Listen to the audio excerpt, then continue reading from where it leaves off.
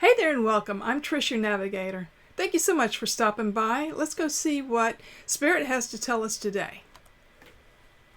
I call on white and golden light to fill our space as our guides, angels, and ascended masters attend to hold space for our communications.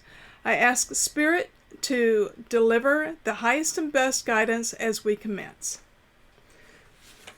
So subconsciously, we're looking at the Prince of Pentacles. We have the Two of Swords, we have Justice, and we have the Two of Cups. So what it looks like is we're sitting here and trying to balance between our mind and our heart.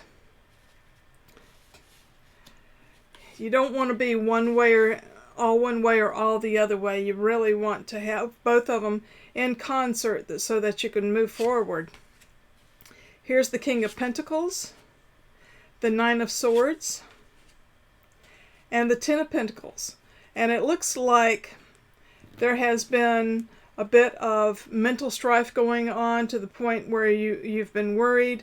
You've been talking back and forth between your heart and your mind. You've been working to get yourself together. Maybe that's what they mean when they say get yourself together. Get your heart and your mind together. When you do that, then you are in a position where you can manifest. And that's what the King of Pentacles is telling you right here. You get your heart and your mind together to where they can produce together. 1 and 2 make 3, right? Then you can manifest and provide a lot of abundance and bring in a lot of abundance. The Seeker, the Priest, the Empress, the Queen of Swords, and the King of Wands. So it looks like you have gone looking on the inside. You've been studying the situation. You've been looking into gaining knowledge to be able to create this balance that between your head and your heart. And it looks like you're really close to getting it, because here's the Empress. Here's the Sun and the Moon. It's the heart and the mind. It's the yin and yang. It's the male and female. You're doing your best to perform alchemy so that you can produce from that. And the Empress is very fertile, and she is one to receive. She really knows how to manifest herself. And so you're really getting close to being able to get these two pieces together so that you can manifest. Here's the Queen of Swords. She's holding the Sword of Truth. And at this point, once you have gone through this exercise of taking your head and your heart, putting them together so that you can manifest, that is not going to be a lesson that you will soon forget. As you go forward, you will use that valuable lesson in order to be able to discern what is good for you and what's not good for you. And you will be able to balance a lot easier. And it looks like with the King of Wands, this gives you much more confidence in going forward, that you'll be able to keep yourself in balance so that you can relate to people in a much more even-keeled way. It gives you an opportunity to then have abundance coming to you. There's new abundance. You've been wanting to create abundance in your life, but what has been holding you back is the fight between your head and your heart. And it looks like you are about to win that battle in terms of being able to, instead of fighting each other, have peace between the two. Here's the Tower. Here's the Fool. Here's the Lovers.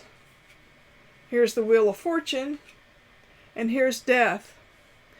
Spirit is certainly supporting you in your endeavors here. The Tower is here to show you that once you do get through this lesson, you're done with it. You will not repeat it again. The Fool shows that you will be then ready to start a new adventure with your newfound knowledge to be able to move forward. The Lovers, this is a divine contract between your head and your heart, in that now you have the alchemy of having both sides, the receptive and the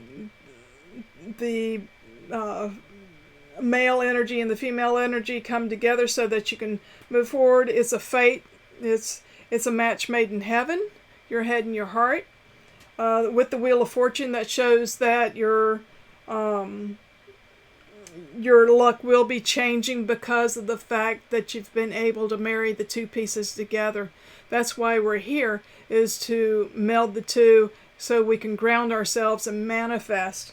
Death shows that once you've gone through this, you will go to a transformation and be able to go to a higher level.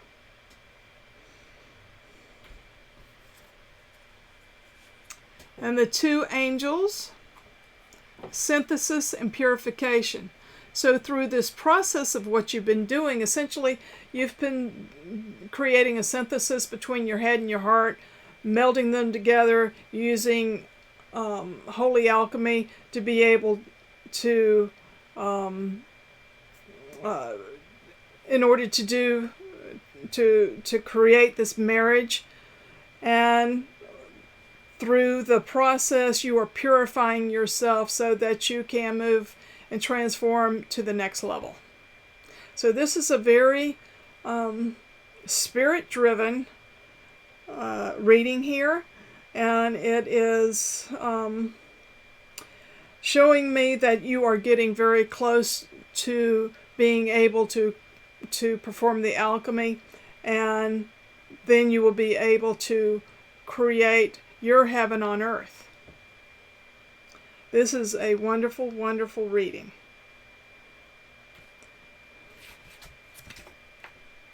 Thank you, guides, angels, and ascended masters, for attending today. We give gratitude as we close this space, and I ask for all cords to be returned to their originators. And so it is. So thank you so much for coming and checking out this reading. What you don't know is that this is my third attempt on doing this. Hey, it's Mercury retrograde. What can I say? At any rate, whenever you see this is the perfect timing to know, because then you are at the precipice of creating this magical wonder in your life. So thank you so much for coming by. As always, I appreciate you. Please let me know down in the comments if this resonates with you, and what kind of magical next steps do you expect to have come of this. Until next time, thank you so much. See you again really soon.